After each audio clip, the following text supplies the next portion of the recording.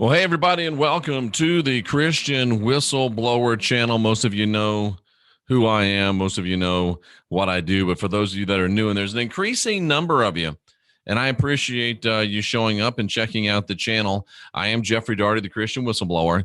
We come to you live from an undisclosed location deep in the American heartland, right to your heart, bringing you information that helps you guide your own spirit, master your own ascension, be your own guru. And the goal of it all is to get you to unindoctrinate yourself and unindoctrinate yourself in all areas. And tonight, we're starting something new. It'll be Monday midnight through Thursday midnight. So it's Monday, Tuesday, Wednesday, Thursday, Friday. If you're thinking about it being midnight being the next day, I'll be following Rocky Stucci.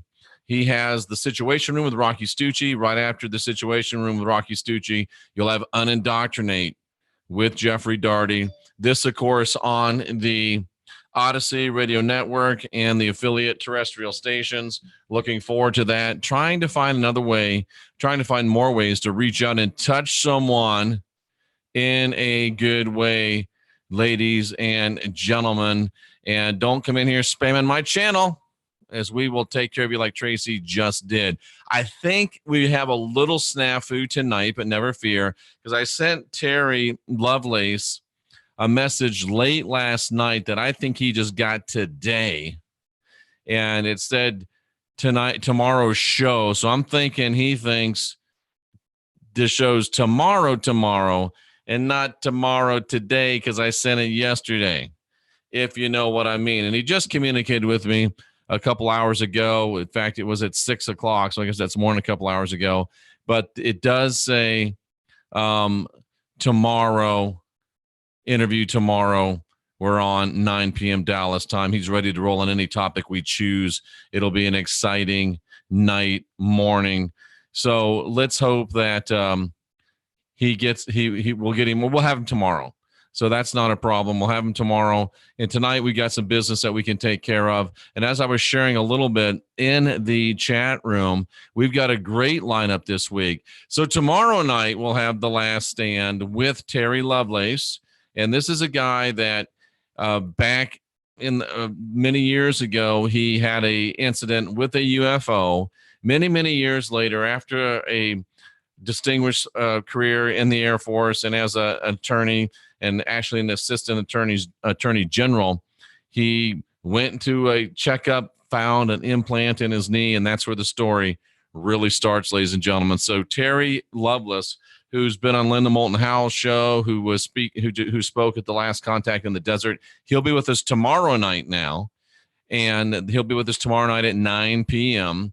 So we kind of had a little snafu in the scheduling. On Wednesday at 2 p.m., we'll have Steve Olson from WSO. We're going to talk about the moon. And Robert, USN vet, third generation, was just telling us that Steve had some great pictures today of the moon. Looks like the matrix is breaking down. So that's what we're talking to him about. So I'm looking forward to that. And then on Thursday, we have Gosha coming in from Cosmic Agency to talk about the Pleiadians and so many interesting things. It's going to be fantastic stuff. And we'll be rocking on right from there, no slowing down. And next Wednesday night, which is the 25th, I'll be heading down to Dallas, Texas, and we're going to sit down with Chris Jericho and have a great podcast. That's at least when we'll record it for Talk is Jericho next Wednesday night. We're going to sit down, have that podcast for an hour, and then Cynthia and I will be happy to be in attendance at the Fozzy concert at Canton Hall in Dallas, Texas. So I think there's still tickets available if you want to go and see Fozzy next Wednesday night. So we do have the interview scheduled with Chris Jericho. Excited about that. Trying to reach out and touch more people, and that's what it's all about. And today, again, we're not going to have Terry Doesn't Look Like. And, you know, we do that. We just roll on. We roll with the punches. It's no big deal. We got lots of stuff to talk about. So we got a lot of things going on. Of course, Rocky Stucci's feeling much better. We're very glad about that. And I want to talk to you tonight, and I've been wanting to talk to you about this. And tonight on Odyssey, I'm going to talk about the real ID thing. So if you want to stay up till midnight, and if you're in the central part of the country, you can go on to Odyssey and you can listen to us and you can hear a great show. And it is a good show. It's a really good show, and I think you're going to really enjoy it. And there's something else that I had on my mind. And I think it was one of you folks in the chat room that brought this to my mind. And it sounds like it's tough. It sounds like it's hard. But ladies and gentlemen, it is so important. And I know a lot of you that are still, want to try to hang on to the little bit of the Christian this, a little bit of the Christian that. And you have a hard time with me coming down on you hard about it. And it's not because I'm, I have a bad feeling about church. It's not because I have a bad feeling about, the lore about me is that, and, there's a lot of idiots out there that repeat this and want to say this. Oh, Jeff is just upset about the church because his wife ran away with a piano player. He's just hurt because his wife ran away with this piano player. And that's why he's against the church. And that's why he's against religion. And that's why he's angry. And that's why he's lashing out. And that's why he's the Christian whistleblower, because he's upset that his wife ran off with his piano player. I was upset at the time that my wife ran off with a piano player. I'll admit that to you. But I got to tell you something, ladies and gentlemen. When that happened, it was the best thing that's ever happened to Jeff Daugherty. And some people say, well, how can that be? And I'm putting the link for Odyssey, the Odyssey network in here for you right now. Is sometimes the divine cares more about your salvation than the divine cares about your marriage. And it was a marriage that never should have happened. And the fact that she left me for him, again, is one of the great things that's ever happened to me. Gave me some great lines for my stand-up comedy, ladies and gentlemen. And I'm very, very happy about where I am. And that has absolutely nothing to do with the Christian whistleblower, absolutely nothing to do with the work of indoctrination that we are involved in today. But that's the easy thing, because people can't, and you notice that none of these people that want to talk bad about me and talk me down, none of these people have the guts to debate me. None of them are saying, come on my channel and debate me live. They're all sitting back like cowards, throwing stones from the cover of The Woods. But you know what? Sticks and stones can't break these bones, brother, because boom, we're locked and loaded with the meatball shirt on. We can't be hurt. So it has nothing to do with why I do what I do, why I am where I am, nothing at all to do with it. But that's what people want to say. And Jeff doesn't like to hear Christ because it makes him think about that. And Jeff doesn't like to hear the Lord because it makes him think about that. No, has nothing to do with it. And you can also, as Rocky says, find Odyssey Radio on iHeartRadio as well. So here's the bottom line, folks. One of you put me onto this. And we're going to go ahead and bring this in right now. And Rocky thinks we're going to bring it in for a big hug, but we're not going to do that right now. But if you want to come up in October to Hastings, Minnesota, and to the Minnesota Renaissance Fairgrounds, we will bring it in for a great big hug, ladies and gentlemen. And you can be part of that if you want to. 26th, I think, and 27th. We're going to look real quickly at the calendar. Maybe Rocky can let us know exactly what those dates are in the chat room. We're going to have another great extravaganza at the Depot Bar and Grill in Hastings, Minnesota. And then we're going to have 2 nights that I think are already sold out at the Minnesota Renaissance Fairgrounds. I don't know if you can sneak in or what you can do on that, but it's going to be a great time, and a great time will definitely be had by all. I'm also excited that Sarah Soderlund and I are going to get together, and we're going to talk about the spirituality and the psychology of serial murderers. That's going to be some really interesting stuff. And folks, I wasn't going to do the football thing anymore because I'm not really into football, and it takes some time and it takes some effort. And then, I'm looking at all these, watching all these games and stuff. But I did it this week. I did it by remote viewing. And it looks like I'm going to finish the week 1, 2, 3, 4, 5, 6, 7, 8, 9. It looks like I'm going to finish the week 10-3, 10 wins and 3 losses. And cousins, that is getting it done. So I think we're going to continue with the football. Only I'm not going to use the rods. I'm going to use remote viewing. So we will continue with that. And Sarah and I don't know if Sarah wants to continue to do that or not. If she can't, if she wants to, that'd be great. But we're going to definitely get and talk about the serial murderers. But I want to show you something that is so important, and you don't even think about it. I do bet them. I go to a casino up in Iowa, and I have to go up there and collect my winnings from last time. We were 10-7, I think, over a couple of weeks. And now you put that together, and we're 20-10. That's flat getting it done, cousins. But check this out, because this is something that's going to help you. And this explains why Jeff is so hard on this stuff, and it explains why Jeff is trying to help you unindoctrinate yourself, because it's so important that you do so. Now, look at this verse. A lot of you know this verse. You understand this verse. Jeff, why do you always talk about the Bible if you say the Bible's bad?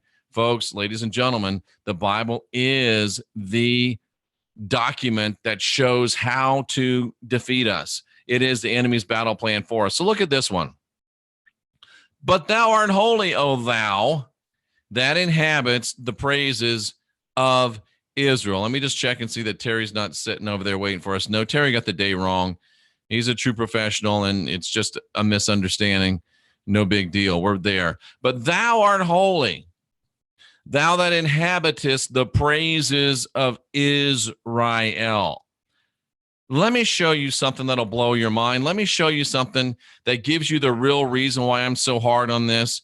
You know, ladies and gentlemen, that the name Christ, most of you that are in the truth movement, which is not, most of you that are in the awake, which are not, most of you that are in the new age, which is a new cage, I'm in the unindoctrination movement. I don't know about you, but all these other things, I don't like those names. I got no use for those names.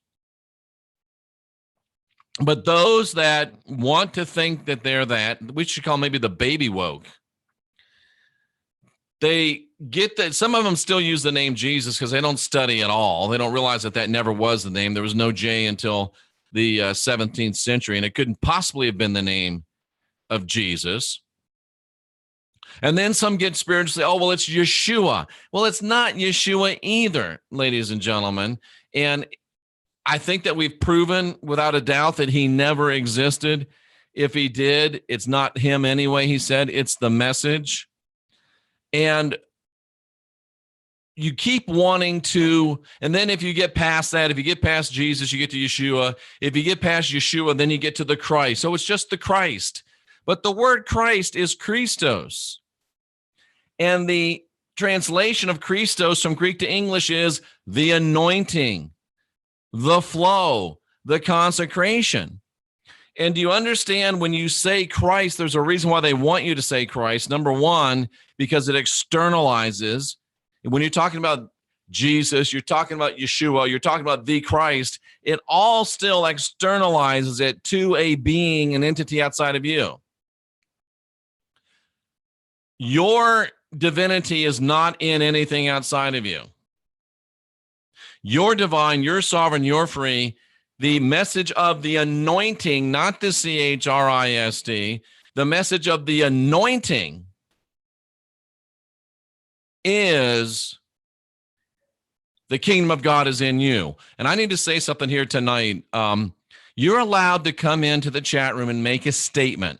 You're allowed to come into the chat room and disagree, as this person, LVL 571 Christ Seeker, is doing. They came in, they've disagreed. I see your disagreement, and I'm letting your disagreement stand. But this is not your channel, it's mine. So you've told us that you disagree. Now, if you want to be polite and listen, if you want to be polite and offer commentary that relates to what I'm saying, you're welcome to do so. But if you start continuing to try to preach your message on my channel, I will then, or one of my moderators will remove your next comment. And then if you do it again, we will put you on a 5-minute timeout. And then if you do it again, you won't be allowed to comment on the channel anymore. This is my channel. We have built this platform for people that want to hear what we're saying, not what you're saying. So it's not violating your rights. You're welcome to go on your channel and preach your message, but you can't come on your channel and preach my channel and preach your message. We're not going to allow that. So be thoughtful, be polite, and you're welcome to stay. But if you start drawing attention to yourself or hijacking the chat room, you can't stay because we won't let you. You can stay, but we won't let you comment. And that's just the way it is here. If you think that's wrong, if you think that's bad, you're not coming into my house and drinking out of my milk jug. I don't drink milk, but you know what I'm talking about. So that's the way we run things around here, unapologetically, by the way. And the reason why is because these people are still indoctrinated. The name Christ does not mean Jesus.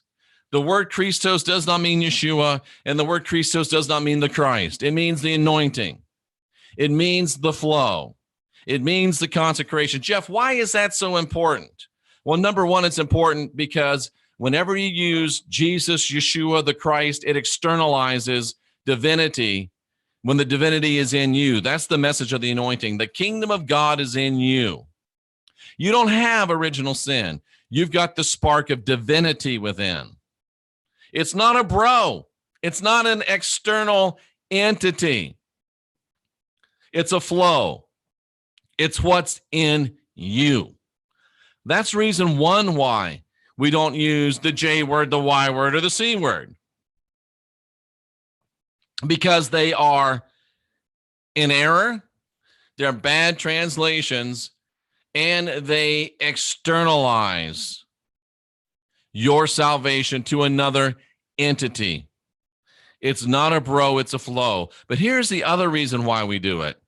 Because if the being that you call the J word, if the being that you call the Y word, if the being that you call the C word is not who he says he is, then that means he is an entity that has not your good in mind, but bad for you. And let me ask you a question. You walk down an aisle, you kneel before an altar, or you bow your head before an altar, you raise your hands. Why do people raise their hand in church? Because they're getting held up, cousin. Why do you get on your knees on church? Because you're about to become a hostage. You are bowing down, you're kneeling down, you're raising your hands in front of a symbol of torture. If you're Catholic, there's a dead guy on the stick. If you're not Catholic, there's just the stick, no dead guy. But you're up there in front of this emblem of torture. More graphic if you're Catholic, less graphic if you're Protestant. You're going to bow in submission like you do to, like a slave does to a master. You're going to raise your hands like you're being held up. You're going to get on your knees like you're about to be executed. And then you're going to sell your soul. You're giving your soul to somebody else. Take my soul, save my soul. And then you're asking this entity that calls himself the Father to come live in you. You're asking this other entity called Jesus to come live in you. You're asking two entities to come live inside you. You're asking two entities to possess you. And then you're going to ask them to cover you with their blood. And then you're going to eat their flesh and drink their blood. Put that in any context, anywhere in the world, and that's demonic, that's hellish, that's voodoo, that's human sacrifice, that's blood magic. But somehow you think that you can put that in a church and it's okay. Somehow you think you can put that in a church and it's all good. You are swearing a blood oath, selling your soul, and asking two entities to possess you. And you call that the most sacred ceremony in Christianity. And you know what? You're right. It is. It is. That's why we don't use the J word, the Y word, the C word, because they are magic words. When you say those words, you invoke a spirit. When you say those words, you invoke a power. When you say those words, you invoke an entity. You bring it into your presence. Jeff, that's just crazy. You can't say that. It's not true. Really? Do you think the person that wrote the Psalms was telling the truth if you're a Bible believer? You are enthroned. You are enthroned, this says, ladies and gentlemen. You are enthroned. King James says inhabits. What does that mean? That word. Now, those of you that are Christians don't really know what this is. This is called Bible study. This is called not believing what you're taught. This is called actually looking at the verses and looking at the words that make up the verses. Enthroned, what does that mean? The word enthroned means sit, remain, dwell. Do you remember when there's a verse in the New Testament that says, where 2 or 3 are gathered, there am I. When they're gathered in my name, there am I in the midst with them.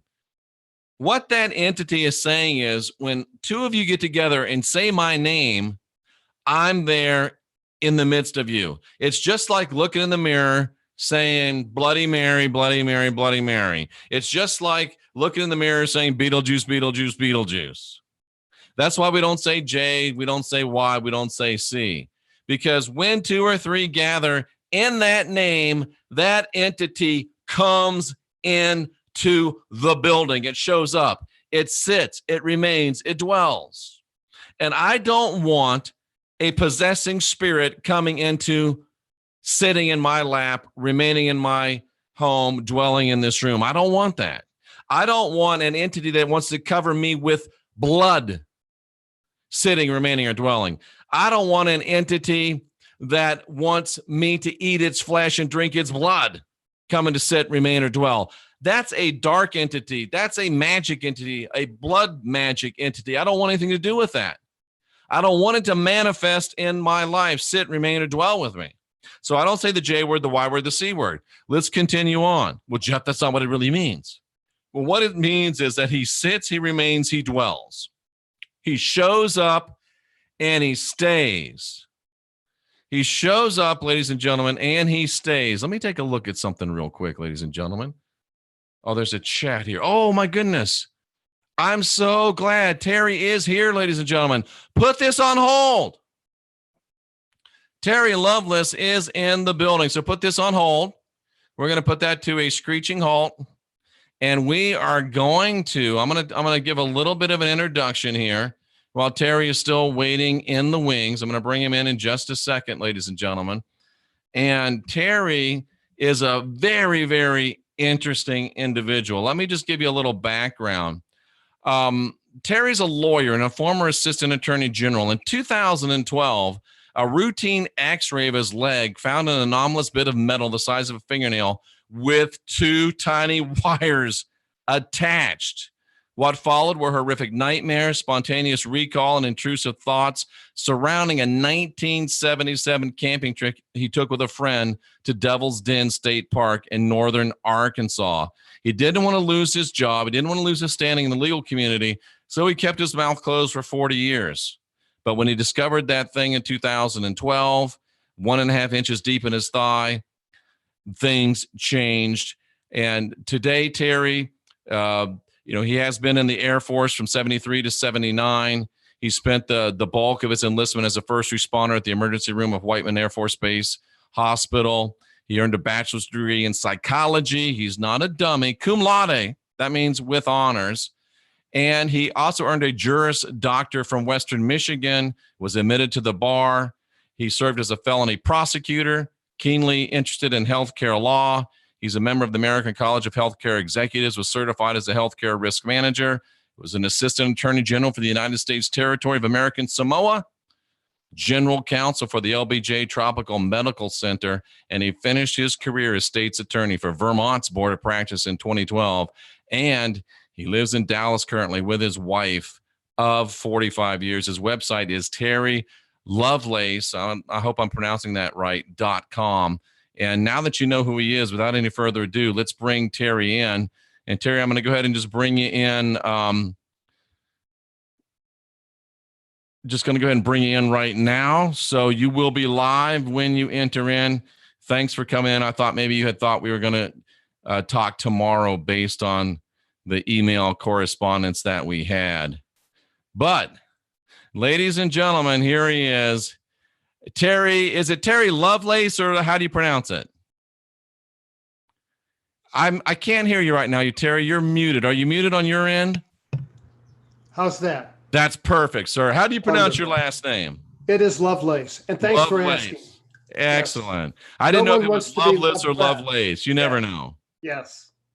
Terry, fascinating background. It must have been very difficult for you all those years to kind of keep things silent, but you didn't really know until you had that examination, right? Well, I suspected. I knew things had changed after that camping trip. And by the way, I want to apologize both to you and to your audience for being late. I have had an incredible series of mishaps with this computer. I set it aside and I went to my old reliable. I hooked it up and I couldn't get on. Isn't that crazy? I went to my other laptop. I've gone through 3 computers. I've had crazy problems with all 3. Not recognizing my passwords. I've never had that happen before. Absolutely insane. That is crazy. I do appreciate, Terry, you being so diligent. I thought maybe with, the way that we communicated, you thought it was tomorrow night. So that was what I was expecting, but absolutely no problems. First of all, thanks for your service in the U.S. Air Force. I was also in the Air Force for 6 years. And thanks for your service in the legal system and all the advocacy that you perform for people. But where do you want to start? Do you want to start back in the camping trip, or why don't you just go ahead and take the floor and start telling this fascinating story the way that you think it should be told? Sure. Thank you. I think I'll start where the story really started. And it began with my friend I refer to as Toby in my book. Toby and I decided, Toby decided, he said, hey man, I got an idea. Let's go camping. And I'm like, Toby, are you crazy? We're city kids. So what do we know? What do I know for camping? Come on. And he says, nah, it'll be fun. Think about it. We'll get away from our wives for a couple of days. If we like it, next time we'll take our wives. We'll go and work out the bugs. I'm like, bugs? Yeah, there's bugs. All right. Might as well sit in my garage and swat flies or something. But it was an idea that sounded absurd at first. And within an hour, I was all in. I was all enthused about the idea. So I'm going to skip a lot of curious detail. Terry, was that curious to you that you went from not wanting to go to really wanting to go in just that quick of time? Yeah, very, very much unlike me. Interesting. I try to be analytical. I try not to make snap decisions. But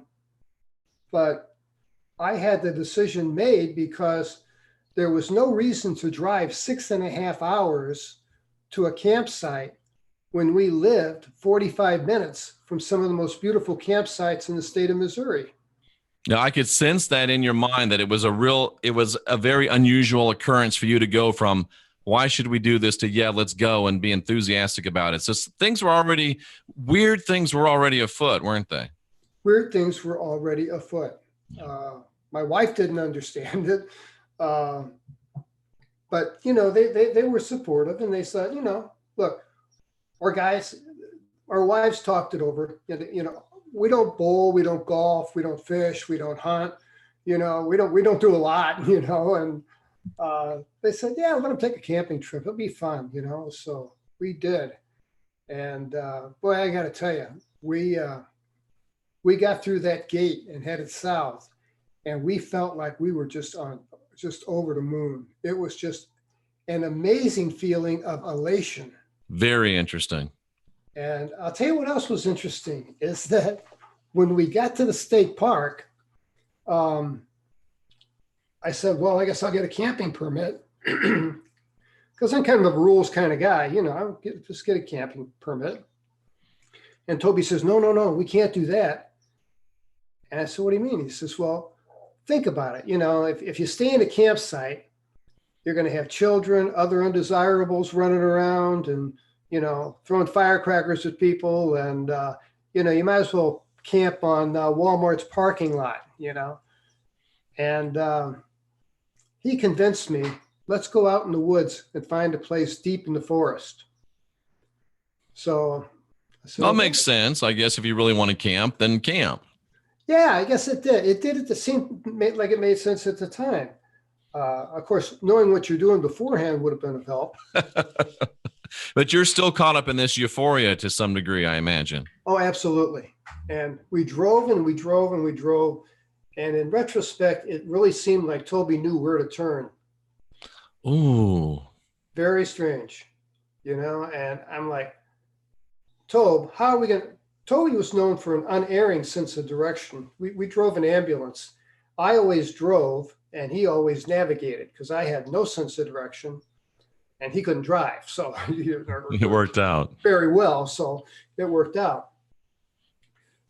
So we drove to the road degraded to gravel and then dust. And then there's a chain across the fence or across the roadway that says, absolutely no admittance, no camping, no hunting, no fishing, no admittance whatsoever, words to that effect. And I told Toby, I said, hey man, I think we're done. And he said, wait a minute. And he hopped out of the car. I didn't even see it. The chain had just been looped around itself and padlocked. Ah. He got out of the car, lifted that up, dropped it, and it went to the ground, chink. And we really felt elated. Terry, somebody asked in the chat room, and I was thinking the same thing. Nancy says, was he programmed, or I don't know if it was programmed, but it almost sounds like he was compelled or driven. And maybe you both were. We both were. Yeah. Compelled, obsessed. Yeah. Please continue. Fascinating. We drove past this chain link fence, and Toby diligently got out of the car and put it back the way it's supposed to be, and we drove, and he made notes, scribbled notes on the back of a banking envelope, where to turn to. And I never realized how critically important those notes would be. Wow. Hours. But we drove until we crested a hill. And when we crested this hill, we could tell we were on the very, very highest part of the park. And at the UFO event that we just finished, I just came home 2 days ago from Phoenix. Someone had a aerial image, a satellite image of the park, and you could see it's still there. Oh, that's amazing. Not only is it still there, there were no trees. Even more interesting. Yeah, because when we were there, it was a beautiful open field. I called it a meadow, the open field of wildflowers, and it was gorgeous.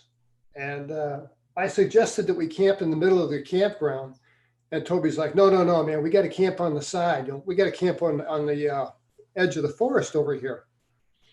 And usually, when you work with somebody long enough, you tend to be like an old married couple, right. know? And whenever we would argue, Toby would usually cave. And he did not this time. He was insistent that we park on the edge of the campsite. And it would soon become very evident there was a good reason for that. Terry, over and over, there's obviously, seems like there was some sort of a supernatural or at least extra natural force compelling you, driving you, pulling both of you. It was. We were on autopilot or something. I don't know. Wow. I'm going to skip a couple of odd things that happened to really get to the meat of the subject, because that's what people want to hear. because that is the crux of the story. And we did all the kind of the fun things you do when you camp. We built a campfire. We made, burnt some hot dogs and just kick back and relaxed.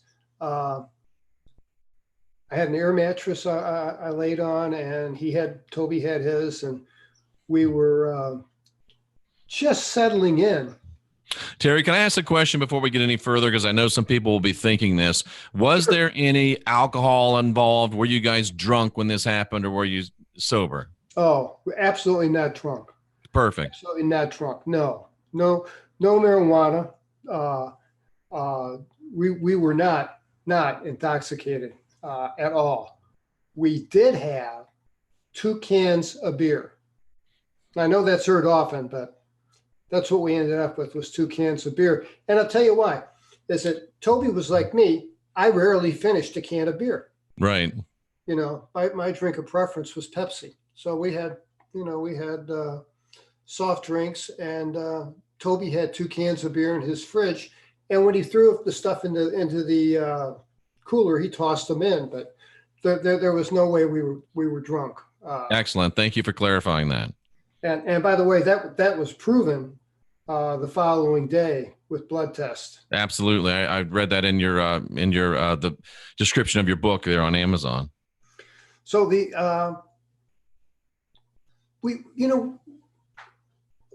there was a lull in our conversation, and I had noticed that just 40 minutes earlier, there was a very loud,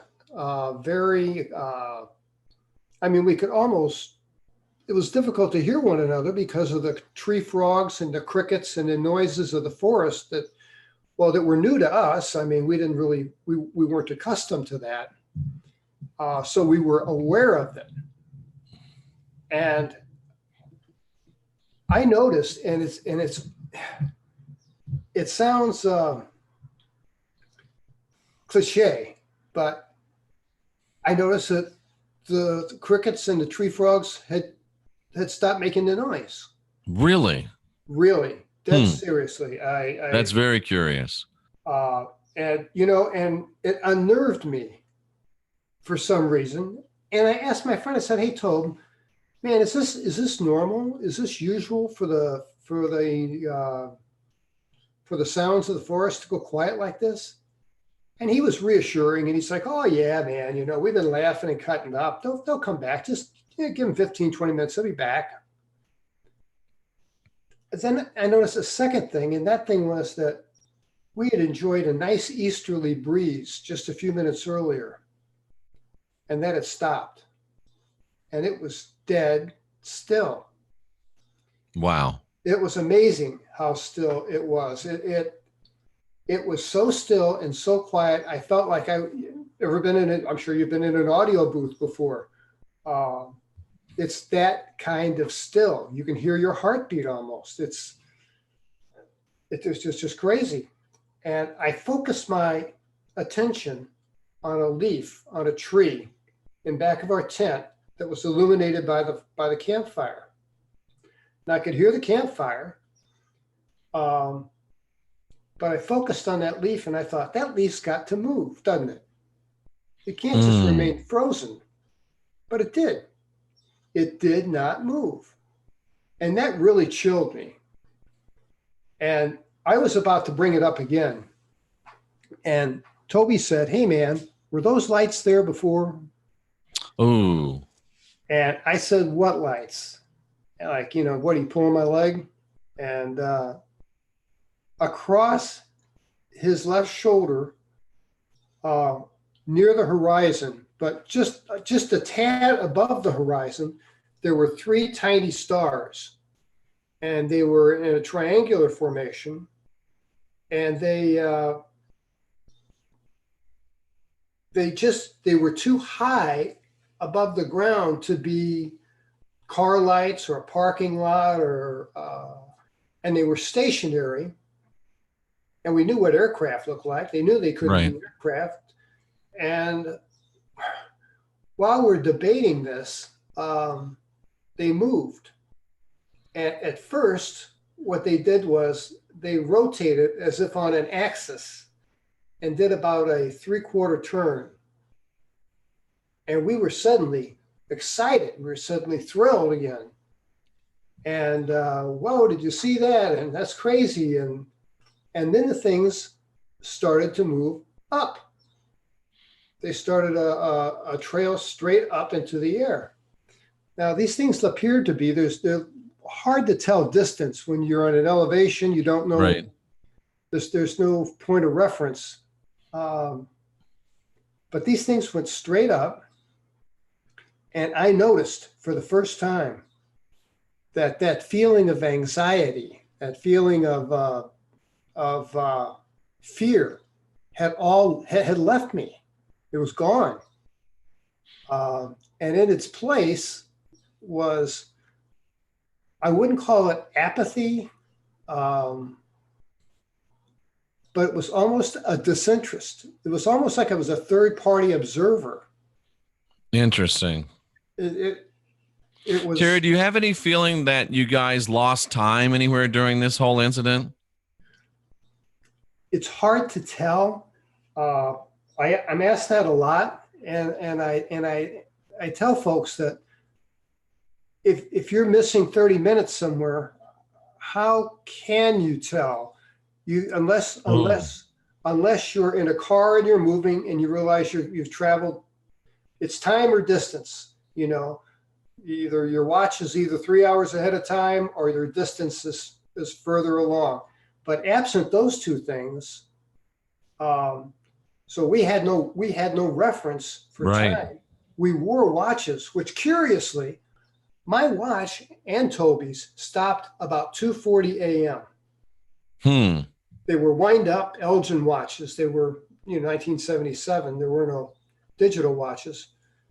Both stopped at like 2:40, within a minute or two of each other. Very curious. Never worked again. I wish I'd saved that watch. Oh, wouldn't that have been a great idea? Yeah, it would have been. So you're sitting, and do you think these events occurred around 2:40 a.m.? I think so. Okay. I think so.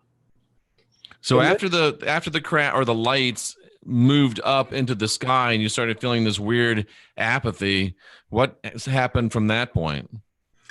It got bigger. They got bigger. They grew exponentially. They always stayed equidistant to one another as they spread out, and it got big. And passage of time of maybe 30 minutes, this thing is now what appears to be, in my estimation, a city block in length on all three of the sides of the triangle. It was difficult to tell the depth until later, but it was right over the top of us. And just so people know, you were both NCOs in the United States Air Force, very familiar with aircraft, so you would have some idea of taking a look at an airframe in the sky and being able to at least evaluate it somewhat objectively. So you're not just a wild-eyed person that's never been out in the woods and never been around an aircraft before. Sure. I'm glad you brought that up, because that's exactly what we did. We went through a mental checklist of what this thing could be, and it was obvious that it was in motion. It was silent. I saw no exhaust. I saw no exhaust fumes or anything of the sort. No engine noise? None whatsoever. There was some engine noise, and that would come later. What happened was, and I'll try to move this along real quick. There was this thing parked 3,000 feet over our heads, about a 30-story building over our heads. Yeah. And your mind has trouble grappling with that, because here's this building, here's this object that's 3 stories or 5 stories in diameter, and a city block on each end, and your mind wants you to look for a cable or a balloon or something. It doesn't make sense. Right. So while we're watching this thing, this weird calm came over us that it was like the calm that I felt earlier, only magnified. And Toby said the words, and there was hardly the whole time this happened, there was hardly a word spoken between us. And Toby said, quote, "Show's over." And he picked up his air mattress. He walked over to the tent, threw it in the air mattress, and fell down on top of it and went to sleep. While the craft was still there? While the craft was 3,000 feet over our heads. Oh. I grabbed my mattress, threw it in the tent. I followed suit, and I laid down, and I remembered that Toby had been wrong, that the crickets and the tree frogs hadn't returned. Wow. And I was out. I didn't take off my shoes, my clothes, nothing. I just fell on top of this air mattress and I was gone. Now, that's when the missing time. Yeah, Terry, it just seems to listen to it, a guy that's, in the Air Force, I've been in the Air Force myself. I was a C-130 crew chief. And for there to be that unusual of a craft, up there 3,000 feet away, high, you guys can see it. The idea that you would just fall asleep, it just doesn't seem natural. Absolutely unnatural. I didn't, for sake of brevity, I didn't include a couple things. And that was our feelings when we first saw this thing climb into the sky. And it seemed like the closer it got to us, the more relaxed and the more calm we felt. Wow, that's amazing. And natural inclination would have been, give me the keys to the car. I want to get out of here. Exactly. It's exactly inverse to what you would expect to have happen. So, I mean, just thinking out loud, it seems like there had to be some type of a field. I don't, word that comes to my mind is a dampening field or something that this craft was emitting to put you into a situation of being docile. Yeah. So you fall asleep. I wake up to a flood of lights. Oh no! It was like it was lit up like a baseball stadium at night. Yeah. They were yellow, greenish, and whitish, and they were at odd intervals, and they would just flash on and off and on and off. And my friend Toby, he was on his knees, crouched down. He's got the flap of the tent peeled back, and he's looking out the something in this field. And during a particularly bright flash of light, I could see tracks of tears down his face, and he had been crying. And I thought, that scared me. Oh, yeah.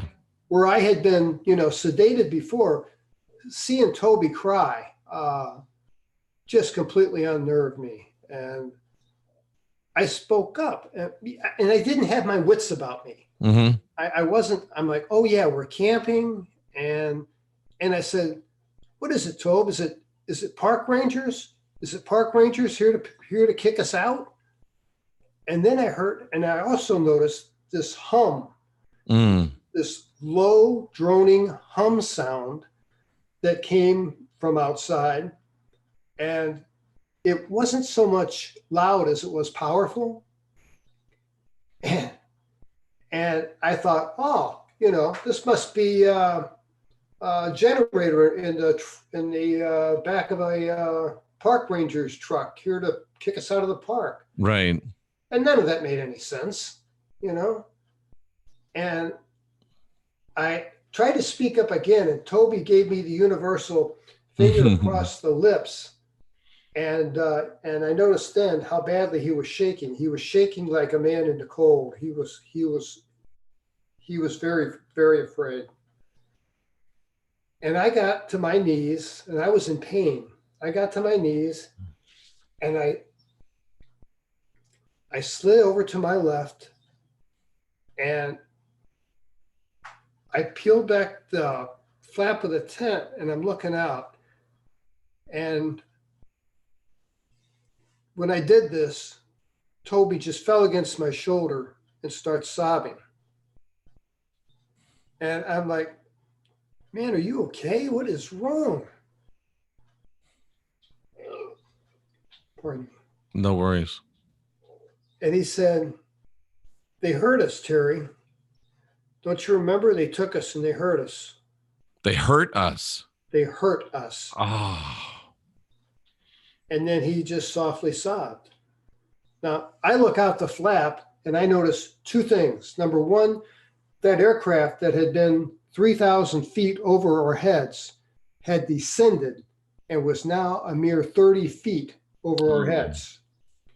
And it was absolutely enormous. That's when we could get an idea of the depth of the thing. Right. And it was like a 5-story office building. It was like a big 5-story medical office building, levitated 30 feet over our heads. And I could see now why Toby didn't want us to park where I wanted to camp, where I wanted to camp, because we'd have been right underneath this thing. Let me show those pictures. I'm going to show your website, and it has some of those pictures that are descriptive of what you're talking about. So this is kind of what it looked like, right? Yes. Well, yeah, that's the top left. That's me at age 21. Right. Getting ready to go. That's what's called Echo 1. That's a nuclear weapons site. This one here? Uh-huh.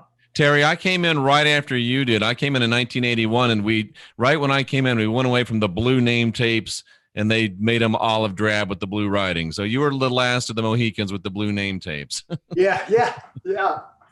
And then this is a nuclear facility. It is. I don't know if you can see that dome dead center. Yes, I see it there. That's the cap on top of a Minuteman II ICBM. Oh, yes. A MERV, multiple reentry vehicle, something. Right. Anyway, it held, I think, 5 independently targeted nuclear weapons each, and anywhere, it depends on who you ask. I had guys in the missile squadron tell me that they were as powerful as 5 megaton. Wow. And I think for the public, we were told that they were, much less than that, Sure. in the kiloton range. But you start to get an idea of why maybe those craft would have been showing up in that area. They were all, I never saw them.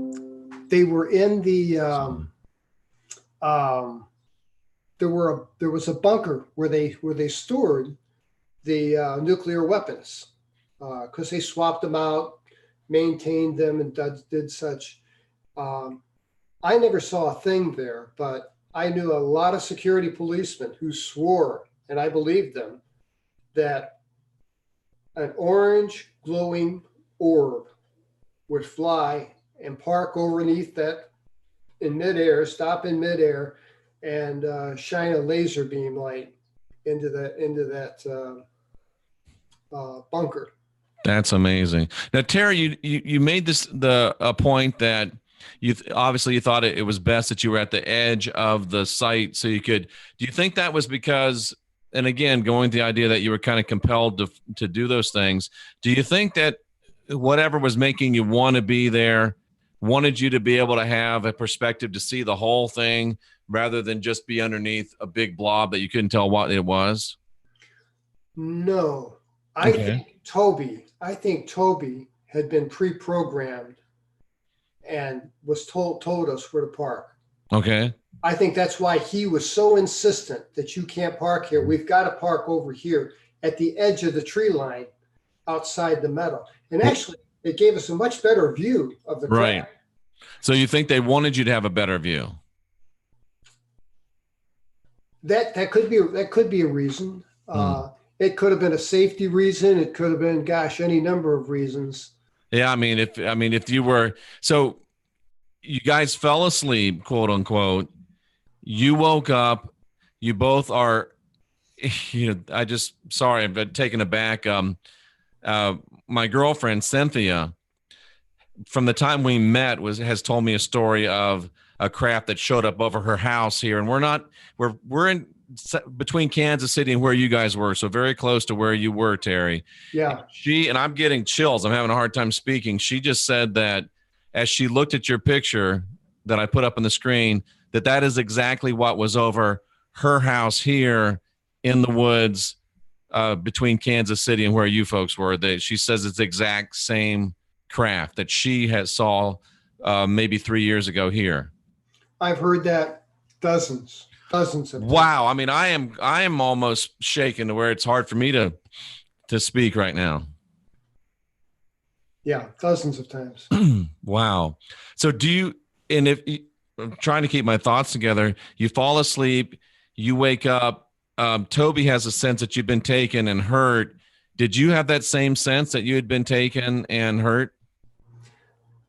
When he said those words, don't you remember, Terry, they took us and they hurt us?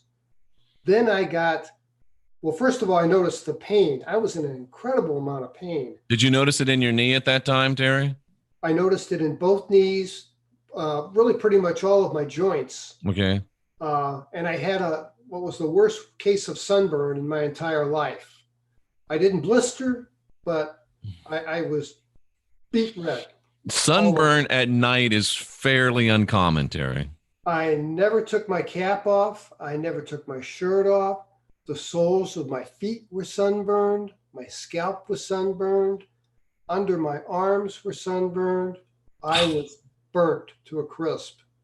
That's amazing. That's amazing. And I'm going to mention this just because I saw a picture of you with Travis Walton. You had your arm around him. You guys were obviously at a conference together. I had the chance to speak at a conference where Travis spoke and had a chance to have breakfast with Travis several days in a row, talk to Travis. And Travis Walton has, great credibility in my mind. He did experience what he said he experienced. And I could see that you two have some camaraderie. And I think it's because you both have experienced something that can't be explained. And you both have the utmost credibility. And you just have that bond of having been, I hate to steal a line from Star Trek, but you've been where few men have been before. It's odd you say that because a bond is exactly what it is. You meet somebody for the first time, you shake their hand and you can feel the vibe. It's there. We share something in common. And what you do share, in my opinion, for what it's worth, and I know it's probably not much to you, but you both share impeccable credibility to me. You both share impeccable honesty. And there is no doubt in my mind that both of you have experienced the events that you say that you've experienced. Well, thank you. I appreciate that. Not everyone believes that. And of course, I wouldn't expect everybody. It's an outrageous story. I know. It is. It's a crazy story. And then you guys, and I don't want to cut you short. I want to be respectful of your time. I know that you had some troubles, but we only asked for an hour. But when you got done with that, you didn't immediately run out to the press, right? You guys did really the opposite. Absolutely. We did the opposite. Mm-hmm. And by the way, if I have as much time as you can spare, because great. Well, what happened then, Terry, when you woke up? You're both shaken. You both think that you've been hurt. You both think you've been taken. What happens next? This is huge. Please take your time. I have plenty of time. When I looked out the window, I saw the thing had descended to about 30 feet over our heads. There were these children wandering around in this meadow, and they were paired up in twos and threes, and they walked with a distinctive gait. They walked like their feet hurt. And I looked and I said, Toby, where do these kids come from? And he had melted down again and was hyperventilating. And I said, man, you got to get a hold of your breath. And he says, Terry, man, those ain't no little kids. And I looked, and the flashing lights came from the apex of the triangle, and Right. it was a crystal clear night. There were a billion stars out. And I looked close, and I could see these weren't kids. These weren't human beings. Their torsos were longer. Their bodies were very thin. They look almost emaciated. Their arms were longer in proportion to their body. Their heads were larger than their body. They had a bulbous back to the head that looked unnatural. And they were walking around like they were just looking at the grass and looking at things, just checking things out. I never saw one pick up anything. And then from the center of this triangular shaped craft, there was a beam of light. And when I say a beam of light, I mean that it was a visible beam of light. It was like a high power searchlight cutting through fog. You know how when that happens, you can actually see the light. That's what this was like. You could see this visible beam of light in a column from underneath of the craft. And as these little guys would meander in pairs and in threes into this light, they dissolve and just slowly evaporate. And they all, like I say, they were in twos and threes. And the last pair, this happened over the span of about 15 minutes.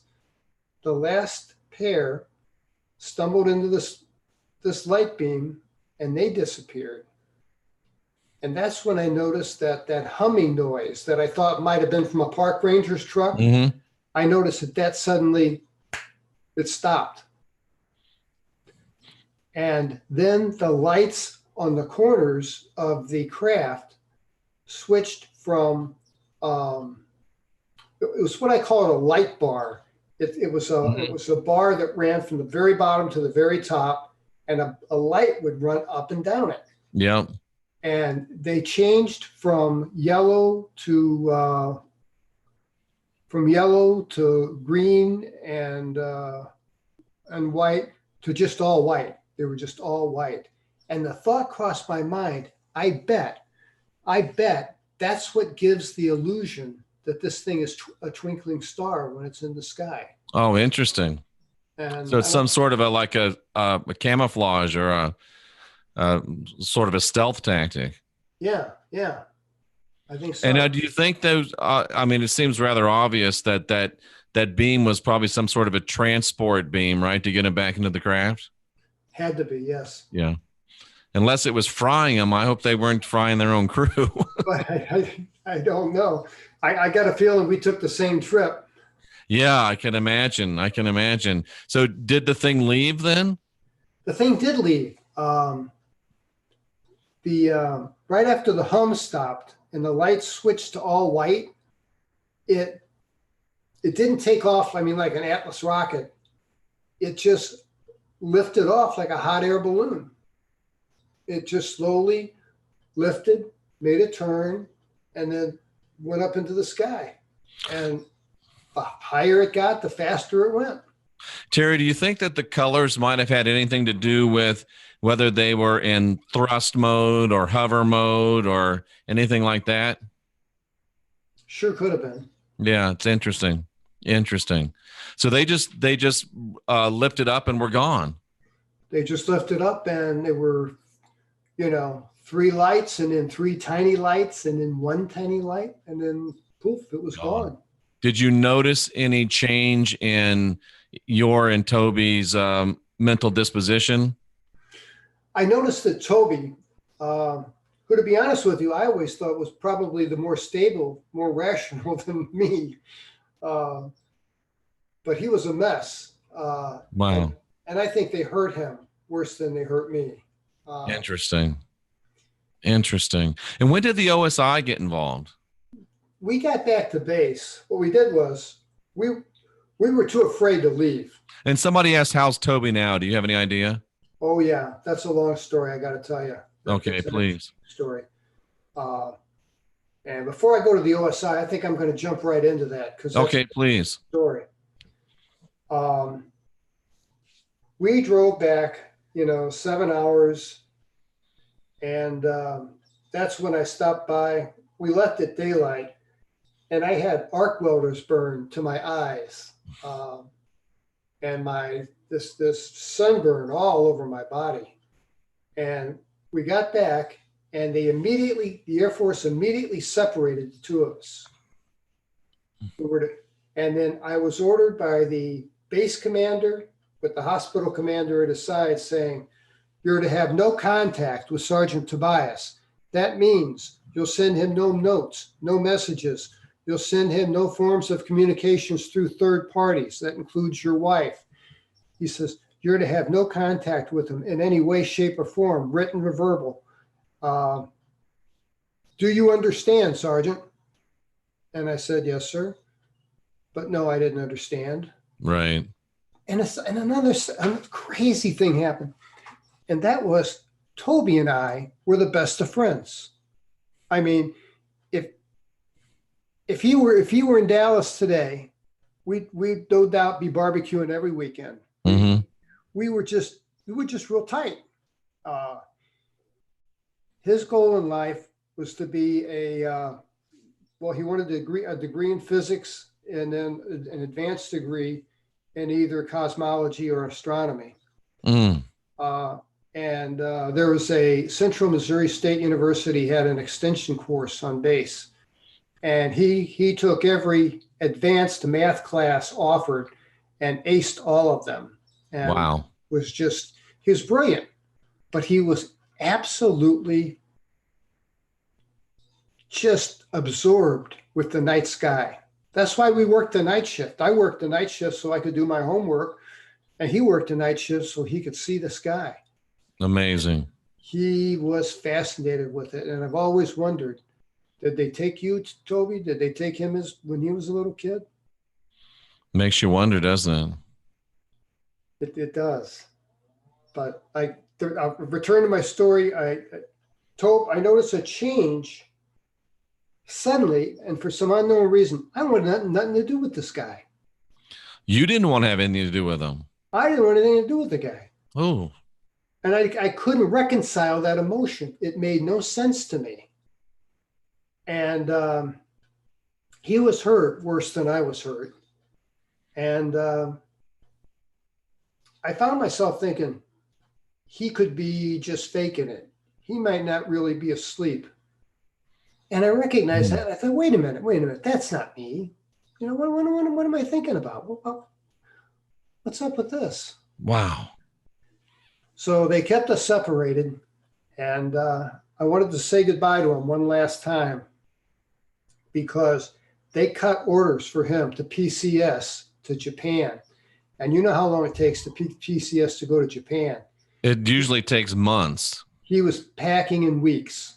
That's crazy. It was crazy. They changed our duty assignments. They kept us apart.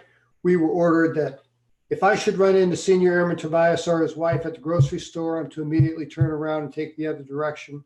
If I cross the center aisle and go where the frozen peas are, I'm to turn my cart around and, it just crazy stuff that didn't make any sense to me.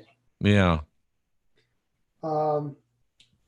Toby, I make a long story short. I begged my wife, we were coming home from the grocery store, and I begged her, I said, I got to say goodbye to Toby. And she said, Terry, don't mess with these OSI people, man. They scare me. And I said, yeah, they scare me too. Office of Special Investigation in the Air Force, folks. The OSI, yeah, the OSI is to the Navy, is to the Air Force what the NCIS is to the Navy. Exactly. So, and they had a reputation for being real tough guys, and they were. They were. I was in my hospital room, and they kept my lights turned out. No, let me back up. I apologize. Okay. My wife pulled up in front of Toby's house, and I ran up through his door, the same door I'd walked through 100 times before. And Toby's wife said, "You're not supposed to be here," because we were ordered to have no contact with one another. And she seemed angry, and that was very unusual for her. And then I thought, she blames me somehow for this. I bet. Ah. And Toby must have heard us. And he came out of the bedroom, and he looked, he was always meticulous about his appearance, and his appearance was just terrible. He looked like he'd been hit by a train. I mean, he was dirty. He wore dirty blue jeans. He wore a dirty T-shirt. His hair was uncombed. It just was not him. And he was barefoot. And he must have heard Tammy and I talking. And he walked out, and it was an awkward moment. I really wanted to hug the guy, and I didn't, and I don't know why. And I asked him, I said, "I heard you're going to Japan. I want to wish you well." And he was a short guy. He was shorter than I was. And he looks up at me, and his eyes are bloodshot, and I can smell vodka on his breath. And Toby's not a drinker. Neither one of us were drinkers, maybe a beer at a barbecue, and doubtful we'd finish that. But he looked up at me, and he said, "It happened, Terry, didn't it?" And I just felt stunned. And I said, "Yeah, my brother, it all happened." And he said, "Why?" And I said, I don't know. And I'm looking down at my shoes, and I feel I'm starting to tear up. And I just turned and I ran to the car. And that was the last I saw of my friend. So last time you ever saw Toby? Last time I ever saw Toby. Now, interesting fact. Some years later, in the 80s, I'm working on a case assisted by the FBI. And I got to know an agent pretty well. And I said, "Hey, man, could you help me find my guy I was in the Air Force with?" And he's like, "I can find anybody. Who do you need?" And I told him, I gave him all the information. And about a week later, he calls me up and he says, "Your buddy's dead." I said, I knew he was dead. I didn't want to. I just sensed that he was. That's so. Please tell the story. He says, your buddy was in a traffic accident, and alcohol may have been involved, but he's dead. And I mourned for that, mourned for him, and said a prayer for him, and decided that I was the fortunate one, and I went on with my life. And a very accomplished life too, if I may say so. Well, and I got to say, I think Toby would have outdone me. Wow. In 2016, I'm pulling my notes together to write this book. And I thought, you know what? I ought to look up Toby. I ought to look up his obituary and include it in the magazine. Oh, good idea. In the book, yeah. And I found his obit, and he died September 7th, 2007, 9 years earlier. That FBI agent lied to me. I guess I got lost in the timeline. When did the FBI agent tell you that he'd been killed? 1984. Oh, so the FBI lied to you. Toby was still alive. Toby was still alive. They didn't want us to get together. So not only it wasn't just a local base situation that was trying to keep you apart. It was all the way up through the Federal Bureau of Investigation. It went all the way up somewhere. I had a physician that I authorized to get my medical records because I wanted to try to get records for my book of my burns and my injuries and the like. And my medical records are marked top secret. Amazing. So Terry, this guy from the FBI lied to you. Were you already involved in the legal system when he lied to you? Yes. Yes. Wow. I mean, it just makes you wonder what really happened that night in 1977 in those Arkansas woods. Well, and it was certainly bigger than just a couple of, a sergeant and a senior airman out camping and getting visited by a UFO. There was something much more serious going on. And you have to wonder, like Tracy Dyer says in the chat room, if for some reason Toby, maybe, that accident was arranged, that it wasn't just an accident, if you know what I mean. Yeah. Yeah.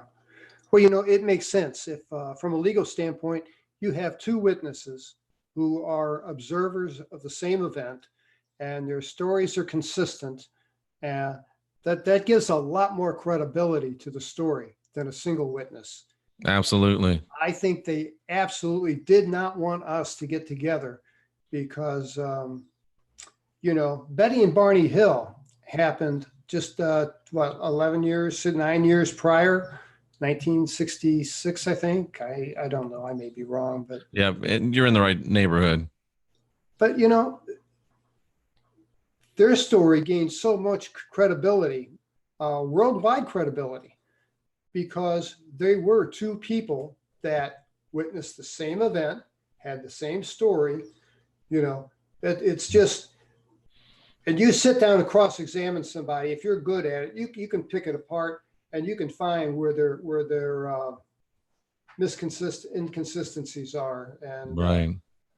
I mean, it's one thing to have, obviously those people have a very interesting story, but if they could have had a situation where you have an assistant attorney general telling a story corroborated by another professional, which Toby certainly would have become, given his academic background, that's become something that's very, very hard to just dismiss.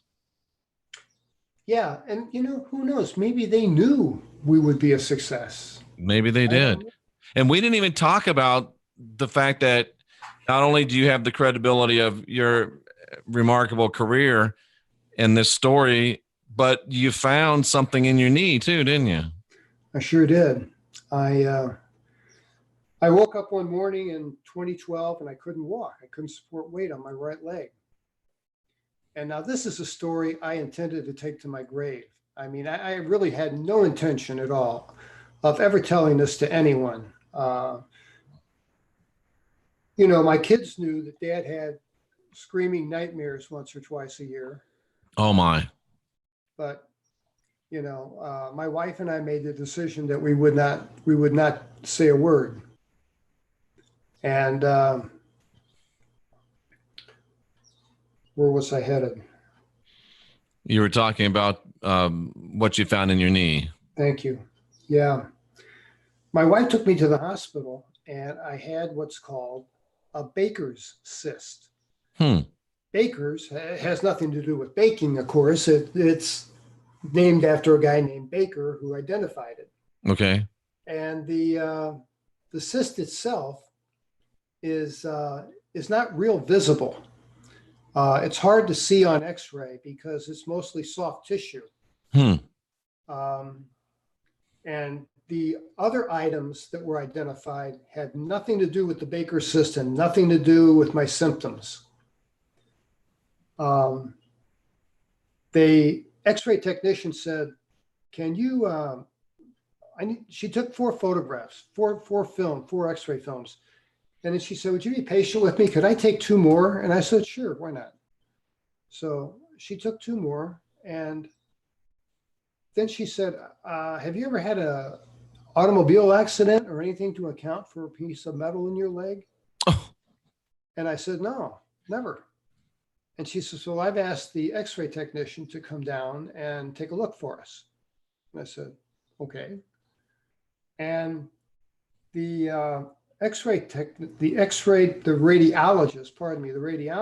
who is an MD specializing in radiography, strolls into the room, coffee cup in hand, and he's got his intern with her little notebook there. Right. She's learning, and he speaks to the technician and to his assistant more so than to me. And he reaches over and he pokes my knee and he says, "It'll be right here." And I interrupted him and I said, "Pardon me, doctor, what will be right here?" And he says, "You have a scar there." I said, "I don't have a scar there, doc."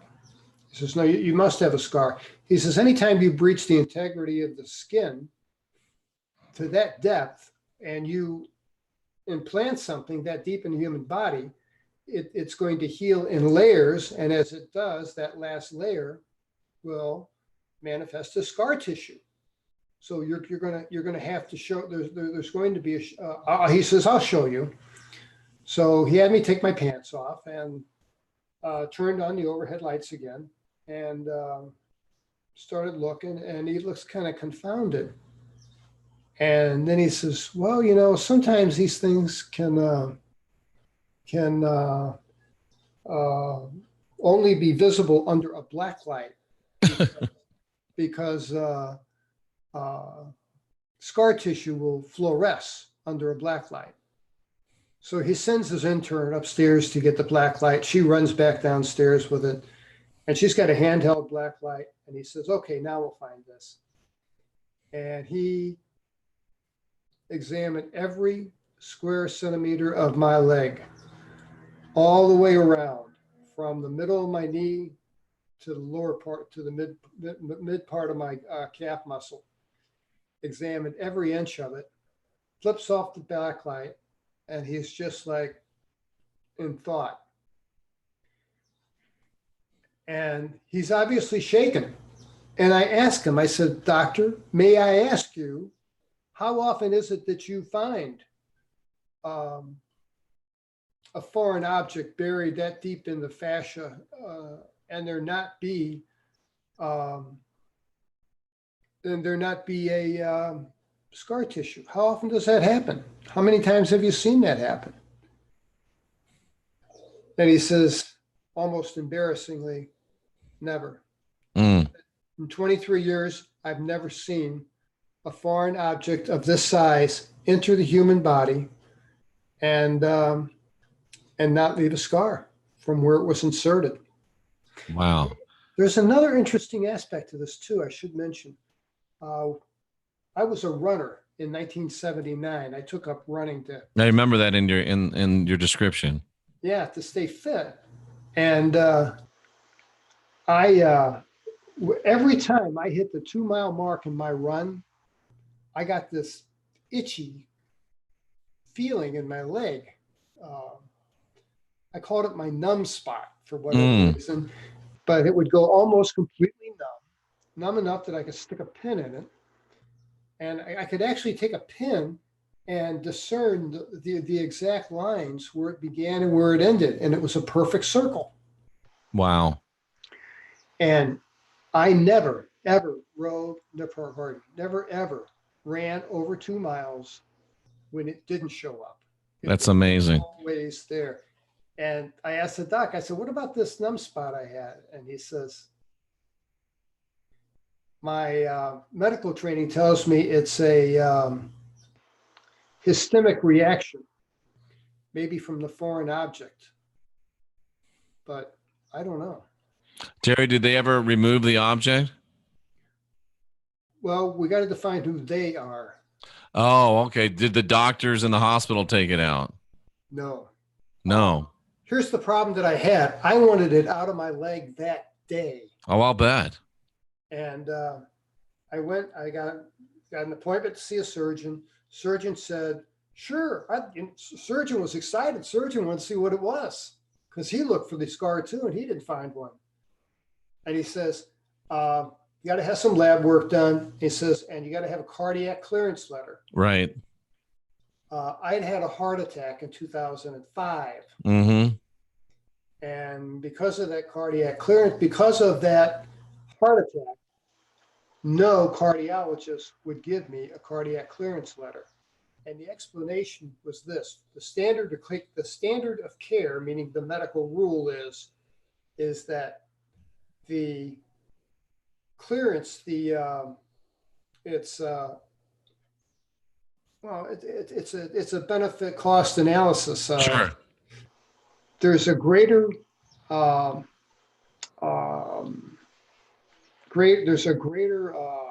chance of me being injured or dying on the table. Right. It's a liability thing for sure. Yeah. When this thing is causing me no harm, it's best to let it lay. So they didn't take it out at all, the surgeons? Surgeons did not take it out at all. My wife and I, at great expense, were talking about taking a trip to either St. Luke's Hospital in the Philippines, which I had some experience with, and I think they're probably one of the best hospitals in the world. Mm-hmm. Or second, maybe a hospital in Mexico. Right. And get the thing removed. And I woke up in the middle of my living room, seated bolt upright in my favorite chair, with that calm sense of sedation. And I immediately glance to the alarm system. It's all set. The cat's laying in the middle of the floor, just stretching, just being a cat. And directly seated across from me is a woman who I first thought she was a petite Asian woman. She wore black slacks, like nursing shoes, but they were black with high heels on them. Yeah, not high heels, but yeah, heels that added to her height. Okay. And a black blouse with sleeves much longer than they should have been. And I could see the tips, those four long fingers that I recognized. And she wore a red scarf around her neck because her neck was pencil thin. Right. And she had on a wig, and this wig was not made for a human being. I don't know how to describe it otherwise. The back of this woman's head, if she was a woman, was bulbous. It was large. And this wig that she had on did not fit her properly. And I thought to myself, there's a reason, a really good reason why human beings should not communicate telepathically. There would be blood in the streets. It would be an absolute disaster. And I firmly believe that. I don't think we, as a human race, are at the point of wherever we're headed, we're not at the point where we can keep our thoughts private. All right. I would agree with you. And so Terry, had she already taken it out, or was she about to take it out?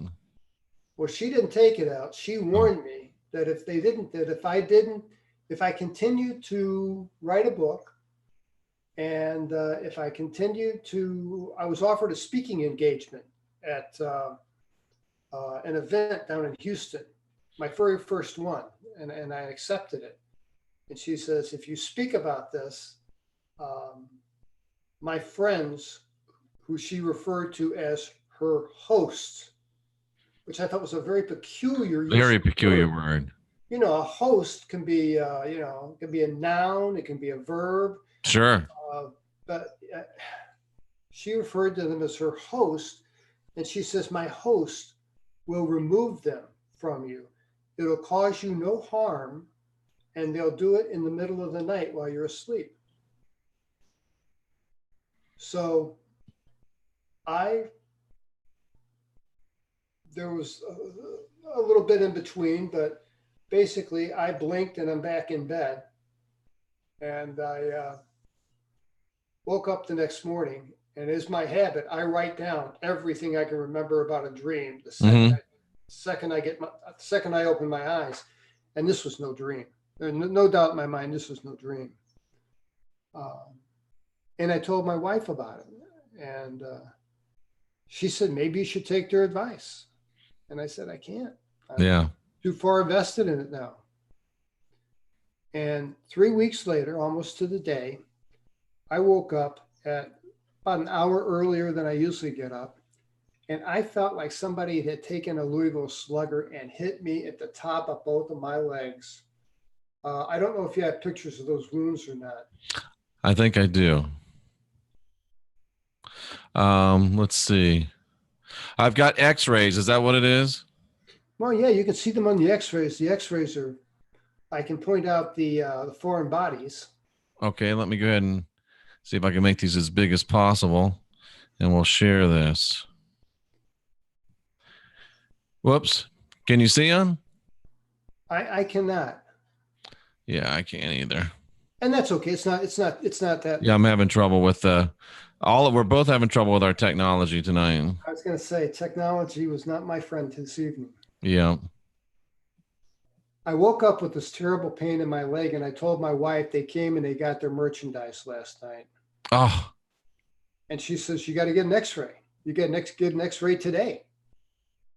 And you know how hard it is to get an x-ray if you don't lie. No. Right. And I did not and would not walk in and so what I did was I had photocopies of my x-rays on a piece of paper like this. Right. But I had the photocopies of the x-rays clearly showing those objects above and below my knee.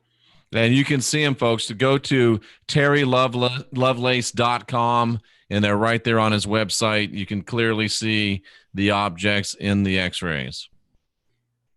Thank you. I thought, who looks at the most x-rays other than a radiologist? It's got to be a chiropractor. For sure. So I sought out a chiropractor and got thrown out of a couple offices. And about the third office, it was the third office I was in. I didn't have an appointment. I waited 45 minutes. I had my x-rays folded up in my hand like this. And he says, how can I help you? He's obviously very busy. It was a Saturday. How can I obviously help? How can I help you? Where do you hurt? And I said, well, I hurt my upper legs. I got injured last night. And he said, how did you get injured? And I said, well, doc, I said, this is going to sound a little bit bizarre, but while I was asleep last night, 2 extraterrestrial beings came and they removed these foreign objects from my leg, and they're not there anymore. Now, he's got me by the elbow, right? And he's leading me toward the door. And I held up this x-ray in front of him.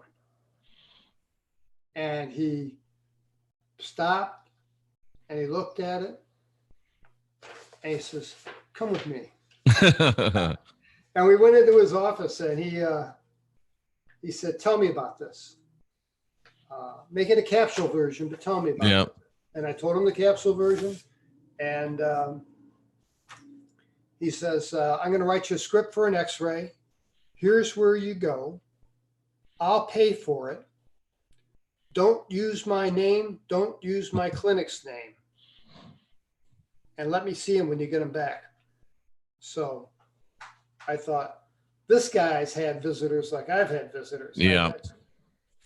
And I got the x-ray and I took it home and immediately saw that the thing that looked like a computer chip was completely gone. Right.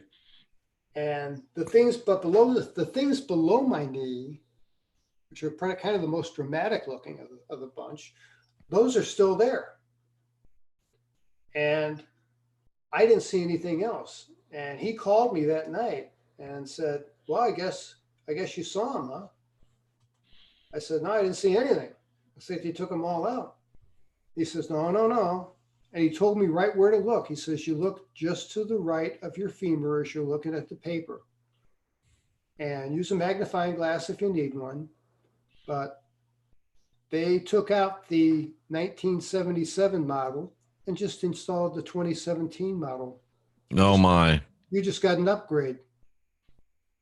And are they still there today, Terry? They're still there today, very visible by x-ray. Mm-hmm.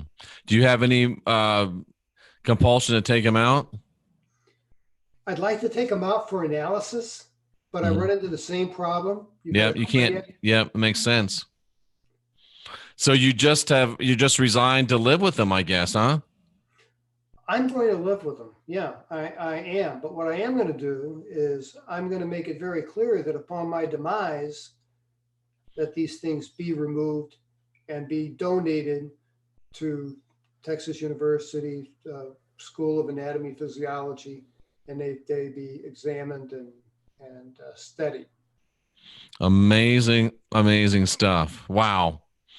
Does it freak you out to go every day knowing that you still got these things in your body? Not so much knowing that I have the things in my body. I'll tell you what freaks me out is the knowing that one of these things, not from this earth, put its hands on my body. And that's what freaks me out. I'll bet. And I mean, I guess while you've been through, I mean, if they're going to check on you, they're going to check on you. If they're going to look at you, they're going to look at you. If they're going to track you, they're going to track you. Not much you can do. I guess not really. It's not going to help you to worry about it. It just is kind of what it is. It absolutely, it is what it is. Oh my. I was after this fact, immediately after the event, I felt a lot of anger toward these things. And I thought, I'll go back down there with a gun. I'll find these things. I'll kill them. I was very, very angry. And that really, ask Travis. Travis went through the exact same feeling.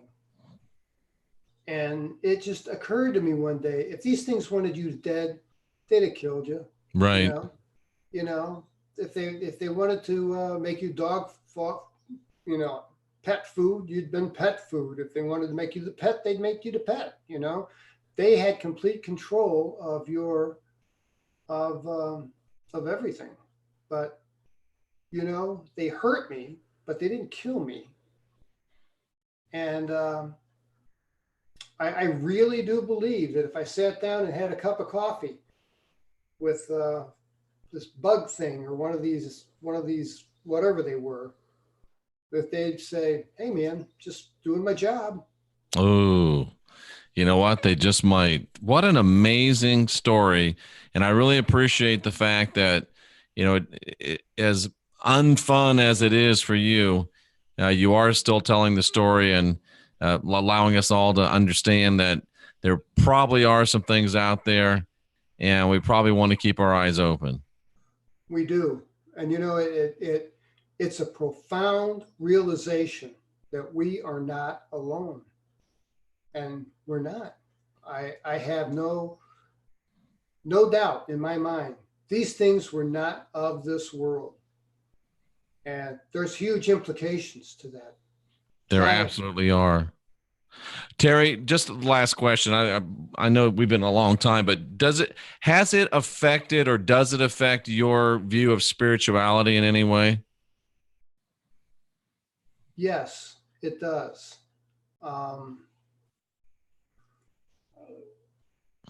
When I look at organized religion, I was raised Roman Catholic. Mm-hmm.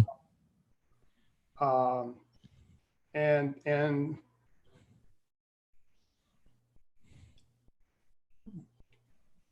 organized religion seems to be a border.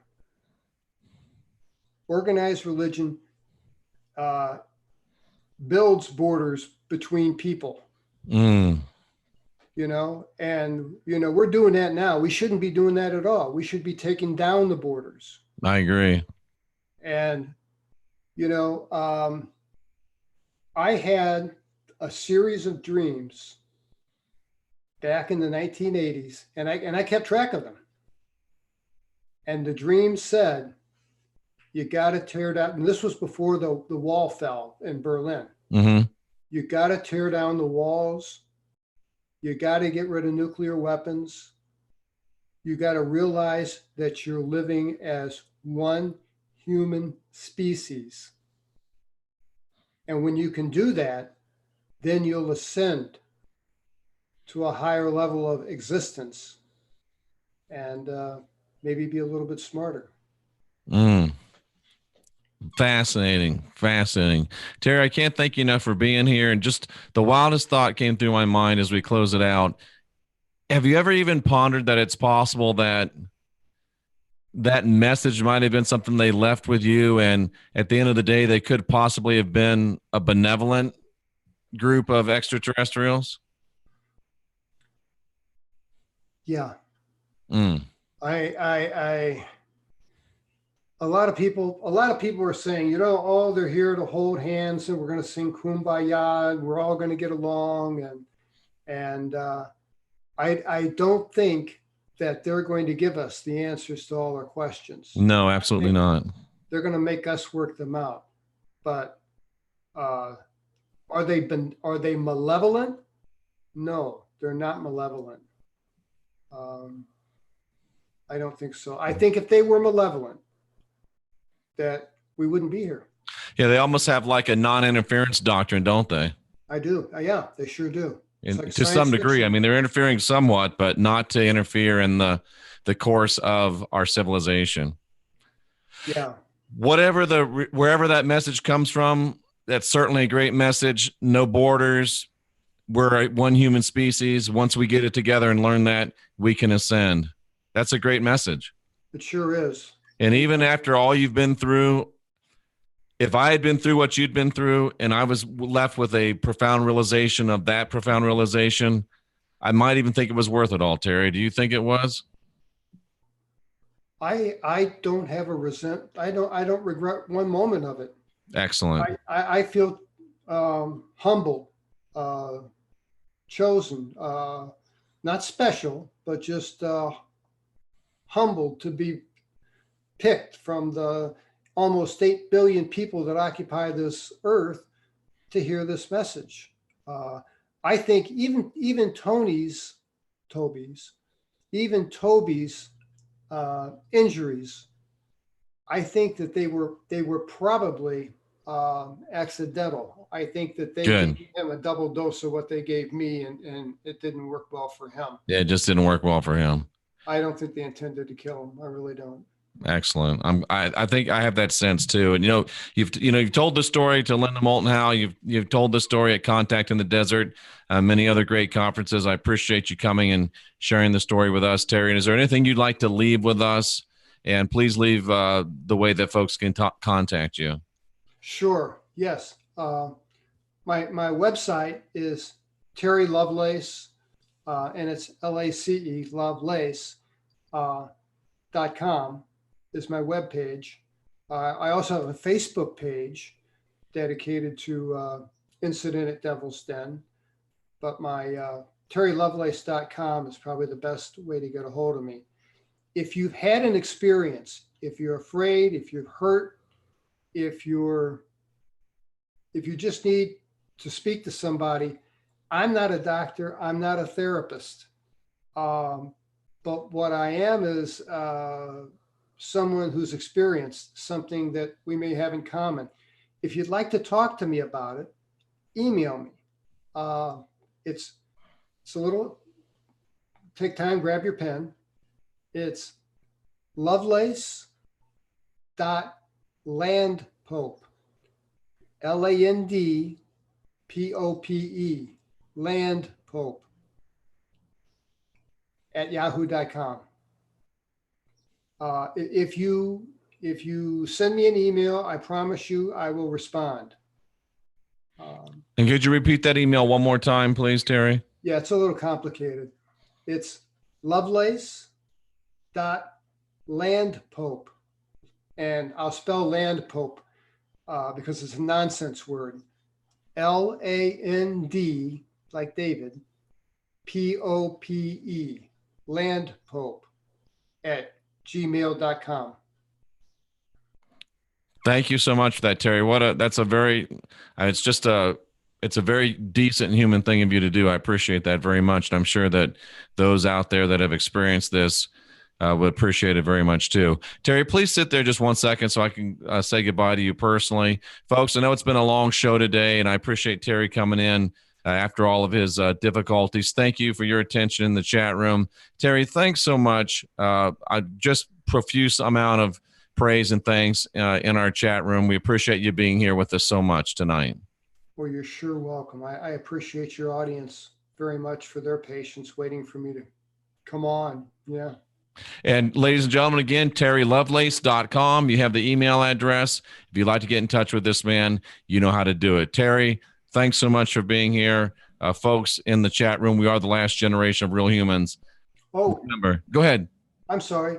I don't think I ever mentioned the name of the book. Please do. Thank you. It's Incident at Devil's Den, and it's on Amazon only. Right, and it's all over your website as well. Oh, that's true too. Yeah. Incident at Devil's Den. It's very easy to find on Amazon. I've already found it, so please go there. And folks, thanks for bearing with us tonight for a little bit of technical difficulties. I think it was a story well worth hearing, and we'll talk to you again real soon.